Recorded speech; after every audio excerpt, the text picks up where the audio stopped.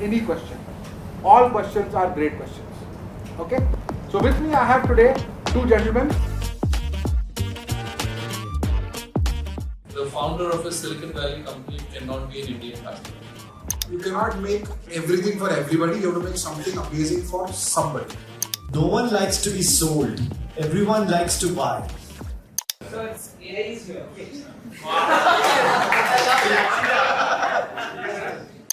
How many of you have watched Shark Tank? Have you seen Aman Gupta? So Aman was the first guest on BarberShop, was Vivek's colleague at boAt. And at Aman's 40th birthday party in Jaipur, Yes. which is when I met Vivek, I think for the first time. Vivek had just joined, or maybe it had been a few months, and he told me that over a drink, he told me that I was going to go back to Bain. And in fact, Bain had even issued me a laptop. And then the offer from boAt came in and it was too good to resist joining such an early stage company. So next day I returned my Bain laptop and went to the boAt office. So talk about that last minute, poach masterstroke from Aman and Samir, as I would call it. No, I think it again boils down to always asking yourself what will give you meaning and fulfillment in life. What will you have fun doing? And where can you make an impact? And so to me, when I met Aman and Samir, I spent a few months with them, getting to know them. And with both of them, I saw a craziness. But along with the craziness, I saw this amazing vision to almost, transform the world. And both of them talked about, creating a consumer electronics brand out of India. Most consumer electronics brands have not done well from India. And a lot of us remember Micromax, I don't know if you remember those companies and all. But with them I saw this, big problem that they were trying to solve, but almost this evangelical mission. We really want to transform and change the world. And that's what you're also trying to do with, Bombay Shaving Company, Shantanu, which is going after a very, very strong player. But inside you also, there is the junoon, जिसे कहते हैं ना, कि बस करके दिखाना है. And I want to solve this problem. And I believe I can solve this better than anybody else. And that's what I found with Aman and Samir was, this mission to be able to create something truly special. And I felt I could probably help a little bit in that journey to help them scale up. And as we called it, provide a little bit of muscle to the hustle. Yeah. Is the way we talked about, my role at boAt over the last two and a half years. Amazing. Dad, you've seen entrepreneurship in three different, almost generations, right? You've seen the earlier IT industry being built out by Mr. Kohli, Mr. Ramdurai, yourself over the 70s and 80s. Then you had your own entrepreneurial journey in the post.com crash and building out a company which was tech first but out of India for the world. You invest heavily and now you have kind of had a ringside view to Bombay Shaving Company as a part of the, because it's come out of home. As you see this generation, they're all 20, 21 years old, right? They are going to go on to become entrepreneurs of tomorrow. How do you see this trajectory shaping up for, how have you seen it change and how do you see it changing for today's entrepreneur who's young? I think it's worth writing a LinkedIn post as an answer to this. But let me try and recall. I think sometimes one or two people with extraordinary vision can change the world. Christ did that. The American independence movement did that. Mahatma Gandhi, gave a very different spin to colonialism. And interestingly, you mentioned Mr. Kohli. His view was very simple. This is more than 50 years old. That software will drive the world, and we can be good at software, and therefore let's build software. And that's where we focus on, and that's how the software industry, a part of it built out of India, not just out of India now, it's a global phenomena. As a young person like this, I came out of IIT Bombay and found myself at Air India building, where most of us were either from IIT Bombay, IIT Madras, IIT Kanpur, but few people thrown in from Berkeley, I'm Bangalore, and the CEO from MIT. So I think when you have a collection like that, success is not too far, industry was created. Coming to the dot-com bust, if you see the United States, baby boomers came, country got the infrastructure, and 70s, 80s, if I pick computer science and computer technology, some major breakthroughs, we don't have time for them, but an eclectic suite of entrepreneurs came in the 70s and 80s, leading to entrepreneurship in the United States, specifically in Silicon Valley and a little bit in Boston. It went to an obscene end with .com, where people felt that you could sell cars online. Even I was on board of a company founded by Mahindra, where they thought that we could sell online. उस ज़माने में तो कुछ भी online बिकता नहीं था. We thought in '99 we could sell online. So that was but I think a reality check came. India started building entrepreneurship on a slow scale. I think from the software into the liberalization. But the real push came when I think you talk about that the GDP went to a certain point, people got prosperity, disposable income, people like us who gave a certain stability financially to the next generation.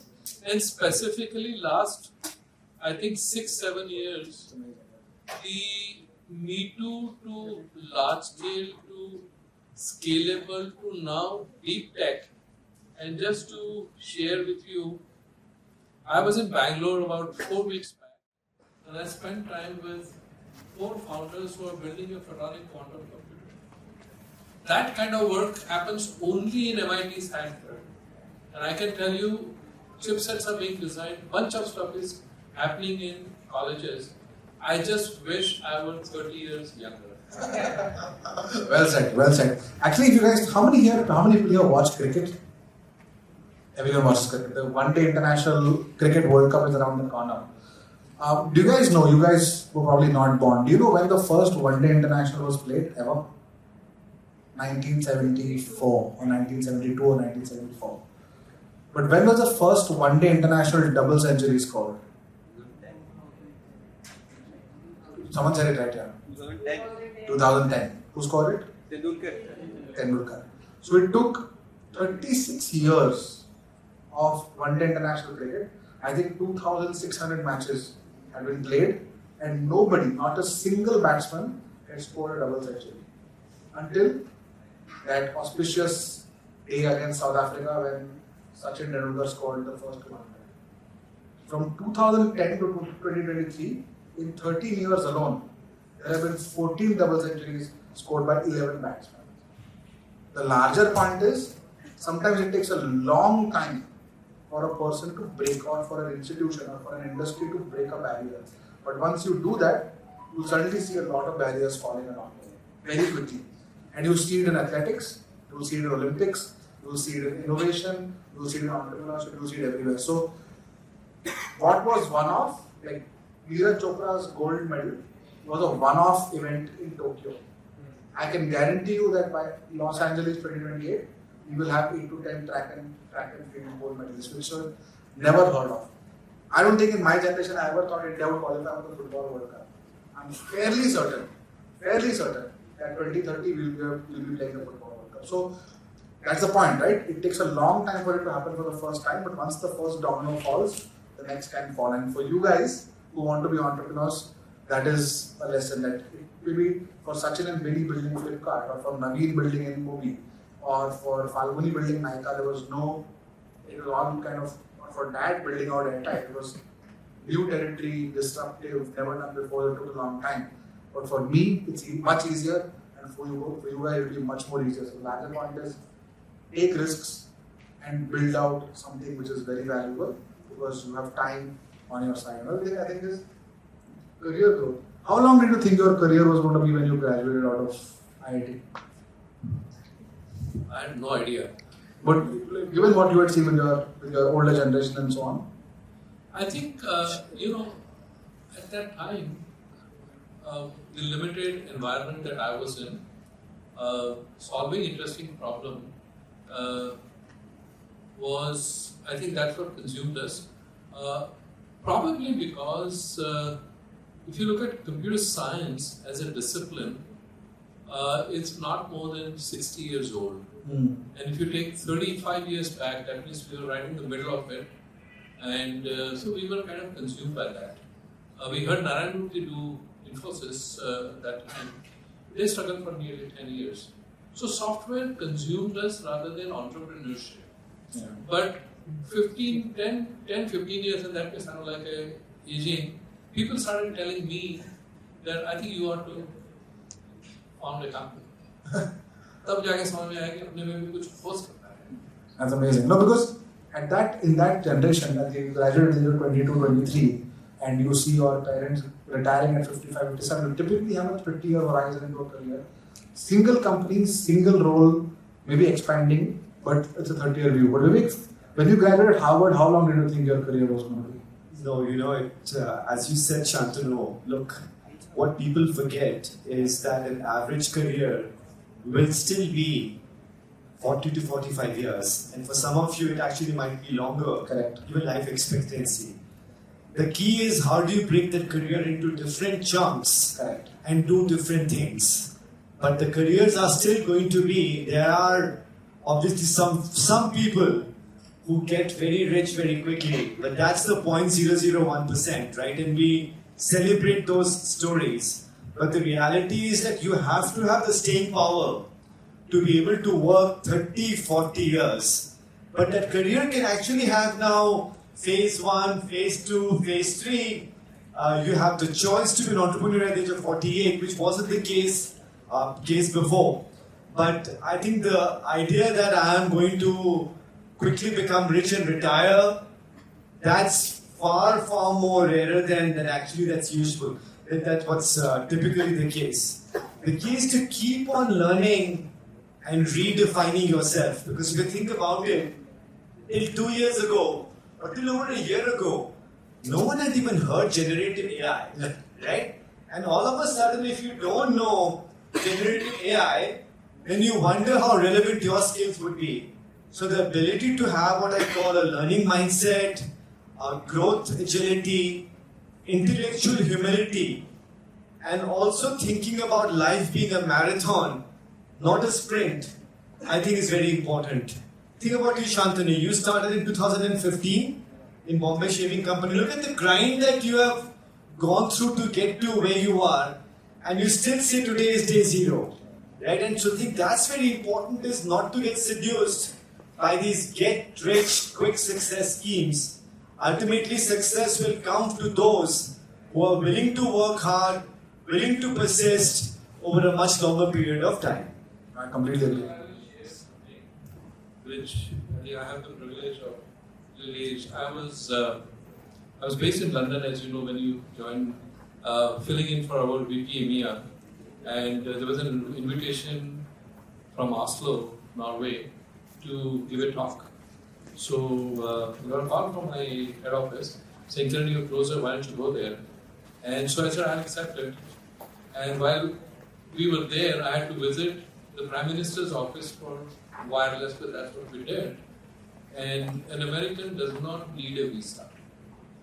And a Silicon Valley founder with an Indian passport was not heard of that time. So when I sent my name, and you have to send the passport details, the CIO of Government of Norway suddenly saw the Indian passport. And now you have to get all the permissions to enter the Prime Minister's complex. And he apologized to me that I should never assume the founder of a Silicon Valley company cannot be an Indian passport. So today I don't think we talk about it. Today they will never do that. I think we have come a long way. Having said that, I think the next 20 years are very, very important. And I am picking the cricket analogy, be aggressive, but no rash shots that can get you out. Completely agree. I think very, very well said. Guys, show of hands, let's pick up the questions one by one. Keep them as specific as possible and we'll keep the answer that question. Goodness gracious. Okay. We'll start with you. Yes. The maroon. Why is manufacturing so hard in India? Your many products are also not manufactured in India, some in Vietnam, some in China. Why not in India? I have a point of view on why manufacturing is hard in India. Actually, manufacturing is not hard. In my view, I think both of them are experts, but high-end equipment, if you're making a machine, if you're making complex stuff, India has been good at it. And there are companies who do that. I think it's the consumer side, the toys and all that, which Chinese have done a good job. Electronics is good, but I think electronics come back here. So, and I think we are taking a crack at it, but I want to leave one thought here. जो हमारे पास है ना उसकी हमको value नहीं है, जो नहीं है उसके पीछे भागते रहते हैं. Like service industry, for example, some of our best stocks are service stocks, but we want to do a product. Let me finish. We do extremely well in finance, entertainment, and new age. लेकिन हमको लगता है manufacturing होगी manufacturing. लेकिन what we have achieved, I think we need to capitalize on that and become world dominant in that. Our cricket is a very good example.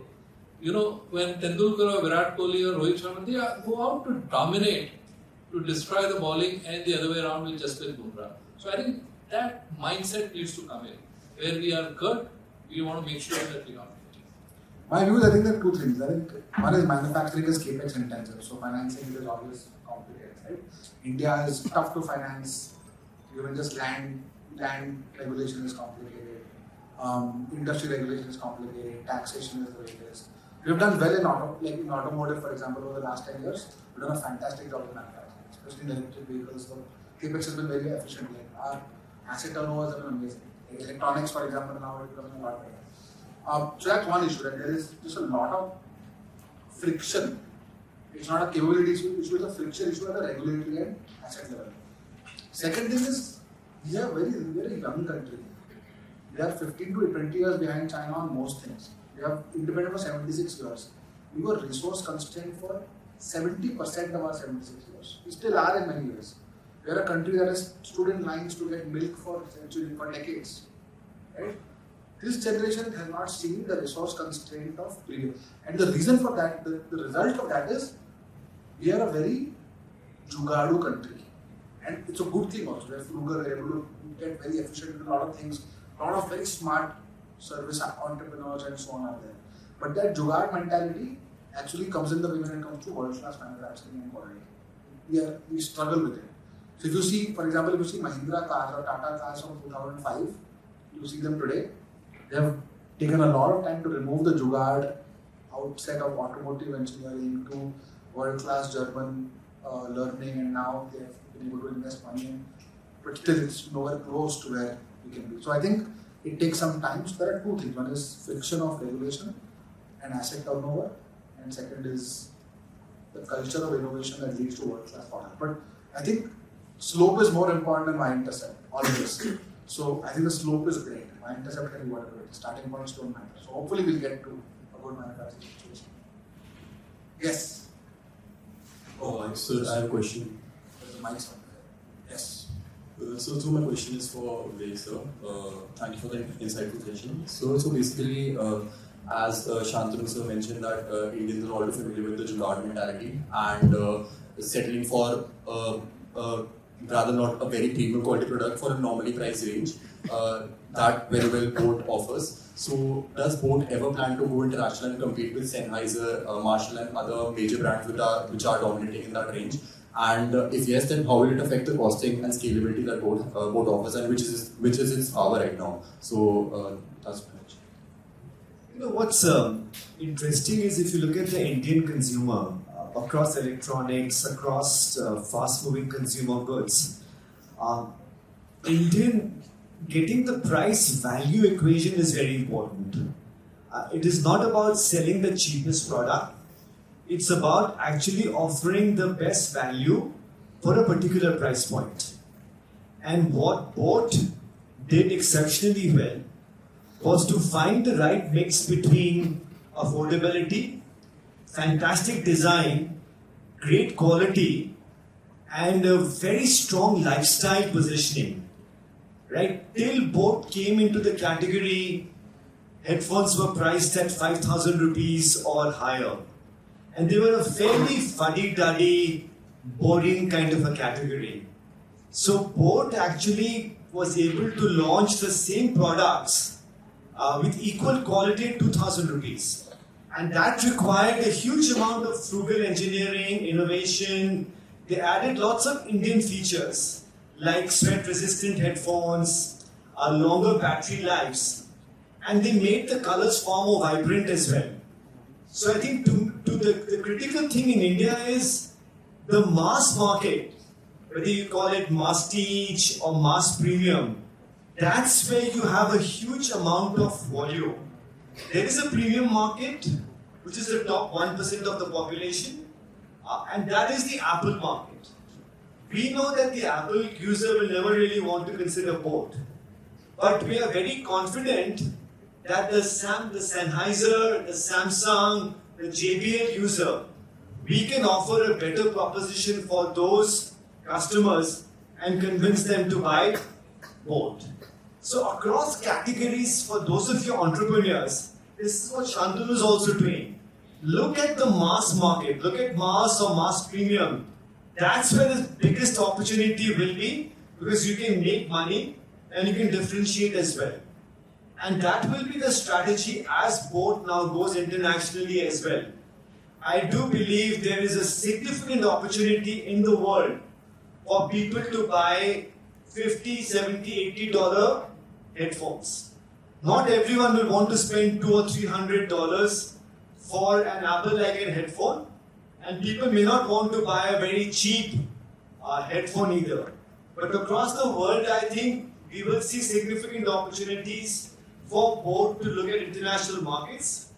The key for us was to actually manufacture in India first. Till about 2.5 years ago, almost 100% of our volumes were coming from China. Today, 70% in 2 years is actually being manufactured locally. Now that we have the Indian manufacturing base, I think we have the ability to look global. But the first important lesson, again from a growth perspective, is defend your core, grow your core, which is what we're doing. But international plans are being put into place, and over the next 2 or 3 years, definitely you will see boAt becoming a more international and a more global brand. Also, I think, just thinking about that, I also think, for example, mass premium, etc. is a very brand approach to consumer. Consumers never think about it that way. If a consumer is buying a WagonR, or consumer is buying a Hyundai Creta, or consumer is buying a Lamborghini, consumer is always thinking कि यार I am buying the best car at my price. Consumer is never thinking कि मैं सस्ती गाड़ी ले रहा हूँ. WagonR खरीदने वाला consumer भी, he also wants the best quality music, the fresh smell of a new pair of seats, etc. For him also it's a new car, right? So what Vivek said is very important. Best value at that price point for that consumer. For you, he might be one of billion consumers. For the consumer, it is one of one purchase. So I think thinking of it that way, at least for us, has changed the way we think about consumption. Yes. Yes. So what's the basically we are running for B2B. What should be the plan of business model to move into a D2C? Like jewelry sector. In jewelry sector? Yes. We are currently in a B2B. So what should be the business model of that? And what are the difficulties that we can face in the D2C? You have a jewelry business? Yes. If I were you, I would absolutely take it to tea. Have you seen what happened with Carrot Lane? Yes. You've seen what happened with Carrot Lane, right? Carrot Lane, you guys know the Carrot Lane story? Carrot Lane was an amazing business. Mithun Sancheti started it out of Jaipur. That business is clocking 2100 crores in top line, now taken over by Tanishq entirely. And that business was under 400 crores 2-3 years back and 100 crores 2-3 years before that. So the reason why you should take it to D2C is very clear. One is consumers are comfortable buying jewelry online. Number 2, price point is very high. Number 3, logistics cost is very low because it's not a bulky product. So D2C is very clear. Number 4, consumers are engaged. You build a very good website, very good app. Look at Lenskart, look at Nykaa. Everyone, my Myntra, people have told you how to make things look beautiful on a screen. तो वो तो आप कर ही लोगे फटाफट. Jewelry में consumer engaged है. 90% will be women, 10% will be men who are buying it as a gift for women. तो product को सुंदर दिखाओ, right? सुंदर दिखाओ, price सही करो, logistics को safe रखो, and you are able to. हाँ तो बहुत बढ़िया, silver कर रहे हो, बढ़िया. Antique silver, please do it. Please do it. The question for you will be not about is D2C the right channel. The question for you will be how do you build a brand. So the real thing in jewelry is to build a brand. Because jewelry is still a very commoditized. Lot of jewelry buyers go to a jeweler rather than to a brand. Even if a jeweler may have suboptimal designs, you will still go to him because he is a family jeweler. So आपको वो तोड़ना जरूरी है. D2C is not the question. The question is how do you do scaled organization of a very different relationship. If you are in the industry, your parents are in the industry, you will figure out. Do it. You will learn along the way. करना है कि नहीं is not a question. करके कैसे सीखना is the question. Sorry, I just blinked up. Hello everyone. So myself Vivek Gambhir and I along with Ravi have founded Technical Solutions and I'm a third year BCom student at Masterclass. Thank you so much, sir. First of all, thank you very much for making this session much interactive. So there are 3 questions. So I'll start with my first question. So basically, we are pursuing this venture as a part-time. So we have studies, and there is a way comes in when we think about to hold our backup. So I'm not getting that cake, or I'm not getting that time that I should go forward with my venture as a full-time. So how should I look forward to it, or when that time comes that I should look forward and I am ready now that I should look forward to it as a full-time. Okay. Yeah. That's question number 1. Yeah, that's the question number 1, and we are actually dealing with the small and medium enterprises right now. That is our target market because most of the small sectors cannot afford that consulting and branding solutions at much lower price. So we are targeting that market, but we are not at the stage right now that we can focus that on a full time. Okay. So your broad question is should you do this full time or not? Yeah. So when that time comes, or when should I realize that this is the time that I should start full time? Okay. You guys might have different answers. My approach is I think a lot of people want to take decisions prematurely. Like there are a lot of people in college who say, मैंने नौकरी करनी चाहिए, कि मेरे को startup करना चाहिए, कि मेरे को IAS लिखना चाहिए, कि मेरे को CAT लिखना चाहिए, मैं किस पे फोकस करूँ? My broad answer is you have not reached a place where the decision is obvious. And if you have not reached a place where the decision is obvious, then don't take the decision. Most decisions are reversible. So don't take them till the very last moment. तो तुम्हारे company में तुमको महीने का 25-30 लाख का जब तक profit नहीं आ रहा है या फिर रेवेन्यू नहीं आ रहा है तो तुम सोच रहे हो कि यार नौकरी करके फायदा है ही नहीं, इसी को कर लेते हैं. अभी तुम्हारे बिजनेस में आ रहा है कैसा? Not yet. Not yet. So you have not reached the point. So push it, no? So you are in 3rd year of BCom. So push your company. Are you putting all of your effort in the company yet? No, because you have to go to college and so on. So do it till that time.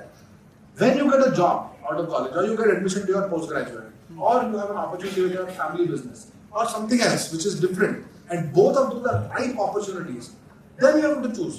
अभी तो choice का time है ही नहीं. अभी दोनों चीजें करो. There is no regret to doing both. I think my suggestion is to think about your hobby है कि job है. Right? अगर hobby है तो part time करते रहो. Right? No problem. सीखो, part time करो. But अगर if you're truly serious about it, and at the right time, as Shantanu is saying, वो कॉल लेना पड़ेगा. Because think about your competition. Right? If your competition is working 24/7, Correct. right? आप कैसे compete करोगे?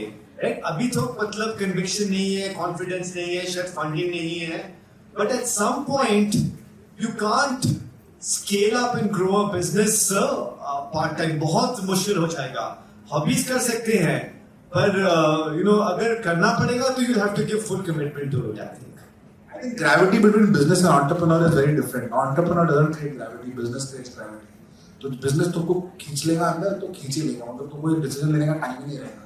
और business अगर खींचने रहे और आप सोच रहे हो कि मैं ग्रेविटी क्रिएट करूंगा और मैं जाऊंगा उसके अंदर, तो वो होगा नहीं. तो build a business that creates enough gravity, the business will be taken on its own. Sometimes it happens like revenue नहीं आ रहा, तो I think कि I am putting less efforts, so I should involve full time to make this venture more big or big in the picture. So, and one more question related to the problem. We have a lot to go through, but we should catch up separately one-on-one after this. Sure, sir. Hello, sir. Yes, please. My name is Abhyuday. I have. My question is that, like you said, that you started the company in 2016 when you were 27 years old. Like mostly we are sitting, we are 20, 21 years old.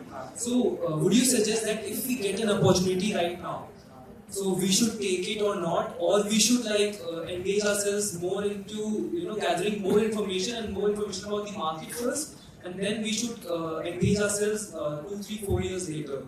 And sir, one more thing, like you said that you had a safety net, that's why you could take risks. So, what would you suggest to a person who does not have a safety net? Should he, what should he consider entering the market as an entrepreneur? I should also chime in. I'll answer this question quickly. I do feel that there is some merit in building out experience in relevant field, not from information or market research standpoint, but from muscle building standpoint. So there are certain things as an entrepreneur you need to have, right? You need to have an understanding of finance. You need to have problem solving. You need to have relationship building. You need to have the ability to understand commercials. You need to have the ability to, some maturity is required.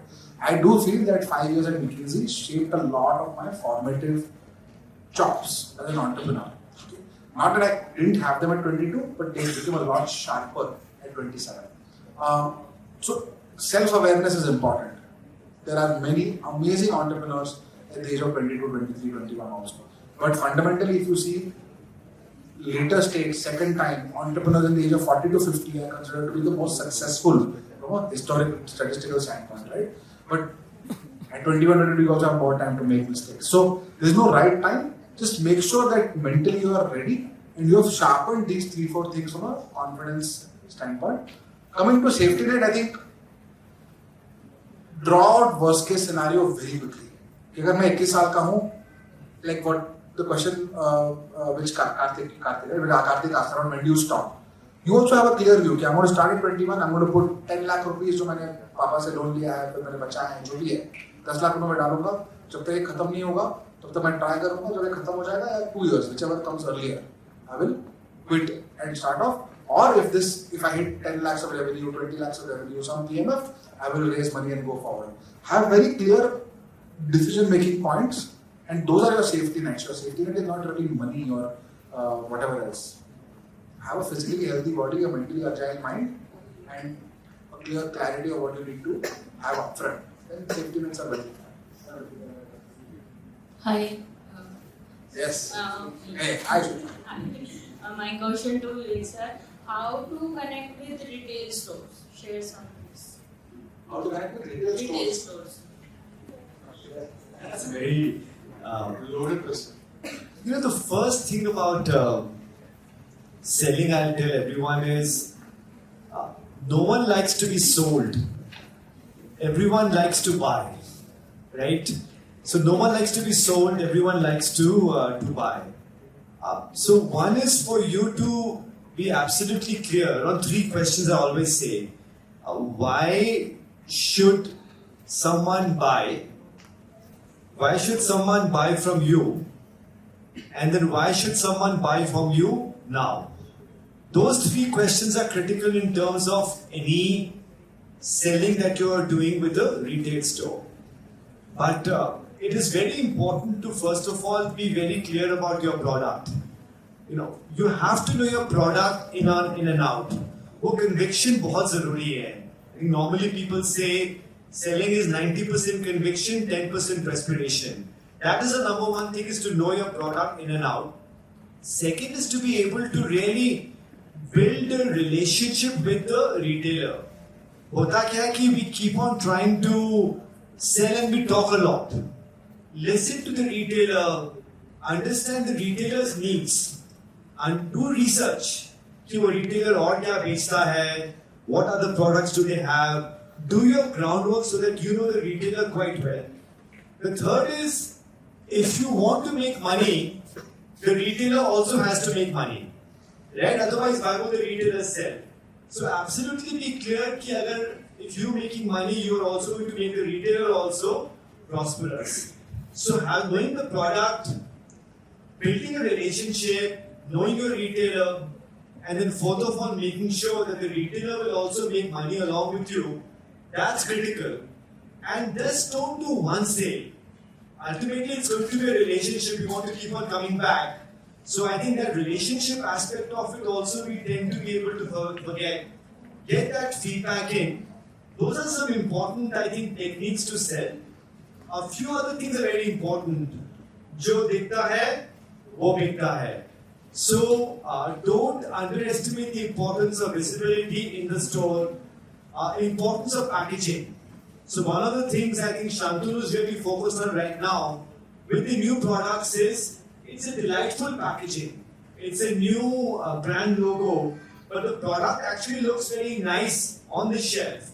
It looks aspirational, it looks premium. Again, to our point, the design is very important. So I think the whole look and feel also is very important. But the final point I'll add to it is these are learned skills. It actually requires a fair amount of practice. Some people might be natural salespeople, but for most of them I've realized through training, through learning and practice, even the most introverted people can be very amazing salespeople. But have the conviction that जो बेच रहे हो ना, your product is going to solve for world peace. वो बहुत जरूरी है. You have to have that conviction that I have a great product. अगर वो होता है ना, you'll be able to sell anything. All the best. Hello. Yes. We have three more. We have time for three more questions. Yes. Since you are entering an industry where a particular company has captured most of the market, what will be your focus in the initial months or maybe the year? Scaling as much as possible or capturing a certain market and sustaining? It's a very good question. So my fundamental belief is you cannot make everything for everybody. You have to make something amazing for somebody, right? And typically, if you make something outstanding for one member of the household, the product spreads to other members of the household as well. So, beating an incumbent requires very sharp targeting, and it is typically the right kind of consumer. So, for us, the 18-year-old consumer, first-time shaver, is the consumer we're going after. And for us, I think the hook is on sensitive skin. So that's all we want to talk about for the next 5 years, and hopefully we keep hammering the same message. That's what, like any company that's built in monopolies. If you see the top 10 companies or top 10 brands in a space, multiple times over 20 years, you will see the number one changing. It's not like monopolies are permanent. In fact, monopolies are built to be broken. So but have a clear focus, build something for somebody, and hope that the penetration kind of goes because you do a good job. Well, to add to this, it's a very important question. The reality is that consumers are far less loyal than we think they are. Think about all of your behaviors as consumers as well. So the single most important, I think, area to focus on is household penetration or consumer penetration. Because penetration tends to be a leaky bucket. Somebody buys today, after 4 months they might another brand. And let's be honest about it, marketers don't want to admit that. So as a company that's starting, at this stage for Bombay Shaving Company, the single most important objective is to be able to get the Sensi 3 and 6 in as many consumer homes as possible. Hopefully, if consumers are happy, it creates a flywheel of word of mouth, repeat buys. But in the initial days, focus completely on increasing consumer penetration. Repeats will happen later, but the single most objective if you're starting something is focus only on one metric, which is about penetration. It's the focus, speed, and agility. There are three parameters that apply to all businesses. So when you go into the B2B technology, all those businesses, getting a focus on one thing and doing it well carving out a niche and then looking at adjacent space is a proven technique, and you don't try to do too many things. And that's, even if you have money in the bank through the venture capital, that doesn't work. I think it's an important thing. When you take the adjacent space, is a tricky one. So it's AI is here. So I was just asking you, how are you leveraging on this opportunity of AI to transform yourself on the Bombay Shaving Company? What are you working on to use AI and transform it? For my business? Yeah, so there are a lot of, personally I think I've used AI. I've seen AI transform things that people are born to do themselves. Okay, so from design work to copy work to going through resumes, a lot of the work that was redundant or boring for my employees has been made easier by AI. It has not it has created incremental efficiency in our field. It has not created innovative efficiency yet. So, and that's how we like to keep it, right? I think fundamentally I'm not a believer that that in its current form, across all tools that have been there, etc., it is in any way going to make leap bounds in our field. Our field is about being close to the consumer, building out great insights, building products at the right price and distributing them well. That's the broad simplification of the consumer business. I don't think AI across this value chain will do a lot. It can do small things in small parts of it, which will create some kind of incremental efficiency, but beyond that, my business is not a tech business. My business is a very simple business. So, in my field, it will not change. I just, I had a 4 years stint at TCS Research, where I was founder of AI Group way back in 1991. I still remember our CEO telling me, don't forget natural intelligence as you build artificial intelligence. So, still staying. I think it's important to understand where to apply this high-power engine. If you put a jet engine on a WagonR, you're going to destroy it. So don't do that. Having said that, I think the amount of data that we have today, unprecedented. And that data might give you amazing insight by smarter use of techniques. And if AI helps you there, but ऐसा मत कर दो AI आगे तो करना ही है. By the way, and AI is more than So building a company, we've been told that India में distribution होने से तो बाल सफेद हो जाएंगे. So बाल निकल ही जाएंगे. Just wanted you to throw some light on that, given that D2C has been expanding so rapidly recently. I think distribution takes time.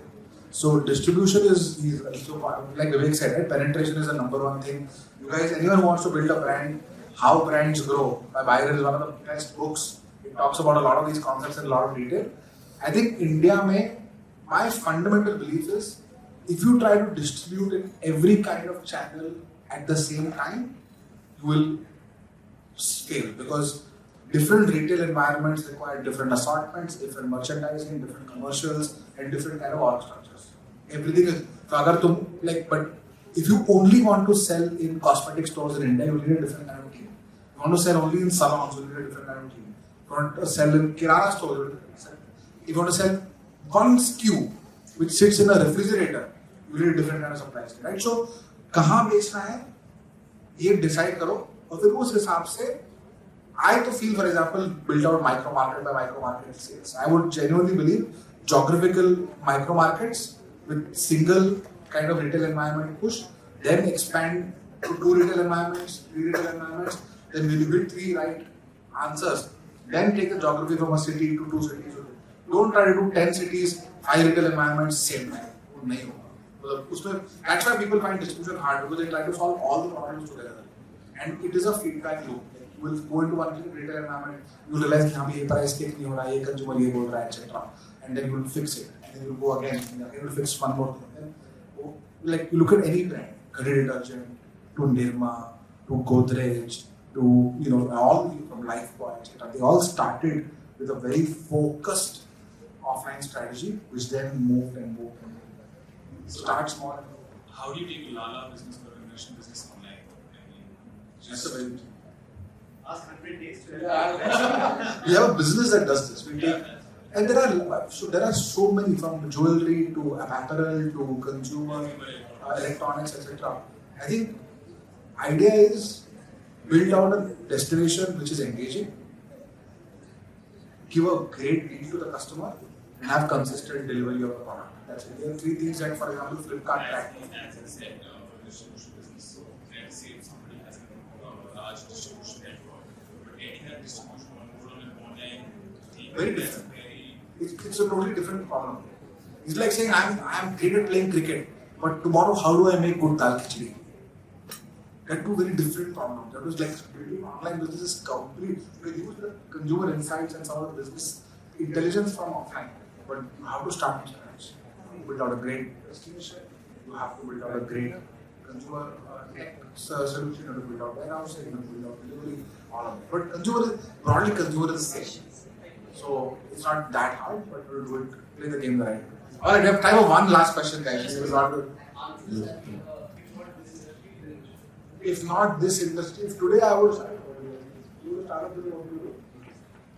I joined Bombay Shaving. We can't afford you, right? Sell multiple kidneys and start the results. No, but on a serious note, I think I'm a huge believer that large markets with bare tendencies of funding are great places to start. So if I were to start something today, it would probably be in education. I think everyone has tried content on an app, from Vedantu to Byju's to an academy, etc. So they built out the market, but they're not executed it well. I think now it's time to go deeper and build out something amazing in education. How to do something in education? And one thing I'd add is to your question, look, as you guys are thinking about being entrepreneurs, many of you are going to think about launching an online business. The advantage of online obviously is you can enter fairly quickly in an online business. But think very, very hard about the unit economics. It is very, very difficult to make money on the online world. I can, on my fingertips, tell you about just a few brands like boAt who are making profits in the online business. Getting the customer acquisition cost right, understanding performance marketing is very, very difficult. And so as you're looking at online, we can have a separate topic, and Shantanu and I will be more than happy to chat with you guys based on our experiences. But don't underestimate the challenges today about really making money online. Get to be honest about unit economics and really see what parts of your business model will actually scale up with scale, and keep enough fuel in the tank. It is not for the faint-hearted. It takes time to really make money online. Lots of brands for the first 50 or 100 crores might make money, but then they start actually losing money after that in the next phase. And I call that the value of debt. So it's a sobering part, lots of excitement, lots of potential. But I think get back to truly understanding the economic model of your business and how and when you will actually make money is something to really think very, very hard about. If you crack it, the sky is the limit. But again, as I told you before also, out of every 100 businesses, less than 5 will actually probably survive and make money over time. Greetings, sir.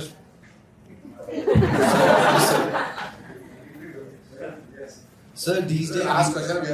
Sure. Vedant this side from Econ, first year. Sir, these days we have heard that they say vision without execution is just hallucination. So what if we have an idea as a student itself?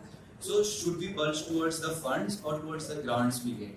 Because if you go for campus funds or the initial stage startups, the fund what they ask for is regular checkups, how you have invested. So how do we, sir, focus on the studies as well as self-justify to the investor? Because if you give me money, you want to know that where I have spent my money.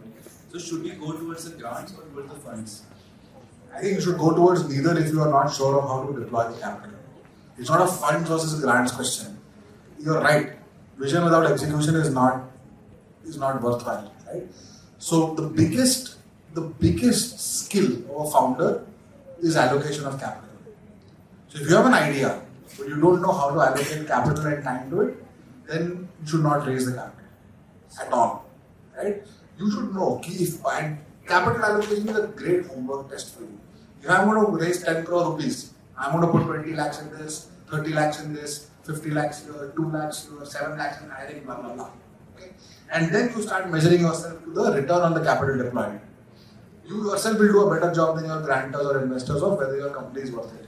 Because the exercise of planning a capital deployment plan itself will tell you whether you are ready for the business or not.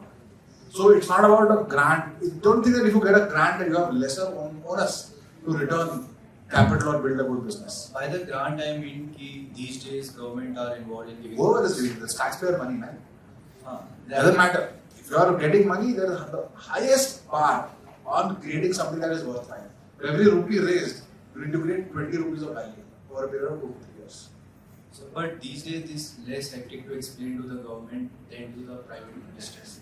Forget the government or the private equity. You have to explain to yourself that is this capital allocation worthwhile or not? The bar is very high. I don't need my board or my investors or anyone to tell me whether I have deployed my capital right. I only have a high bar. Right? So your bar has to be high. Don't look for easy money at all. It's the hardest thing to do. Right? You will lose reputation because you get one opportunity to raise capital. Thank you, sir. I think if we continue to answer questions, we will stay here till night and Vivek and my dad will disown the hell out of me. So, can we come back here in a couple of weeks? Okay guys, so we're going to come back. Okay, so there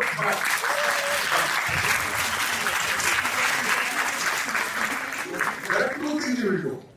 One is we will come back. Second is I'm going to ask Vivek and Dad to be here when we are back.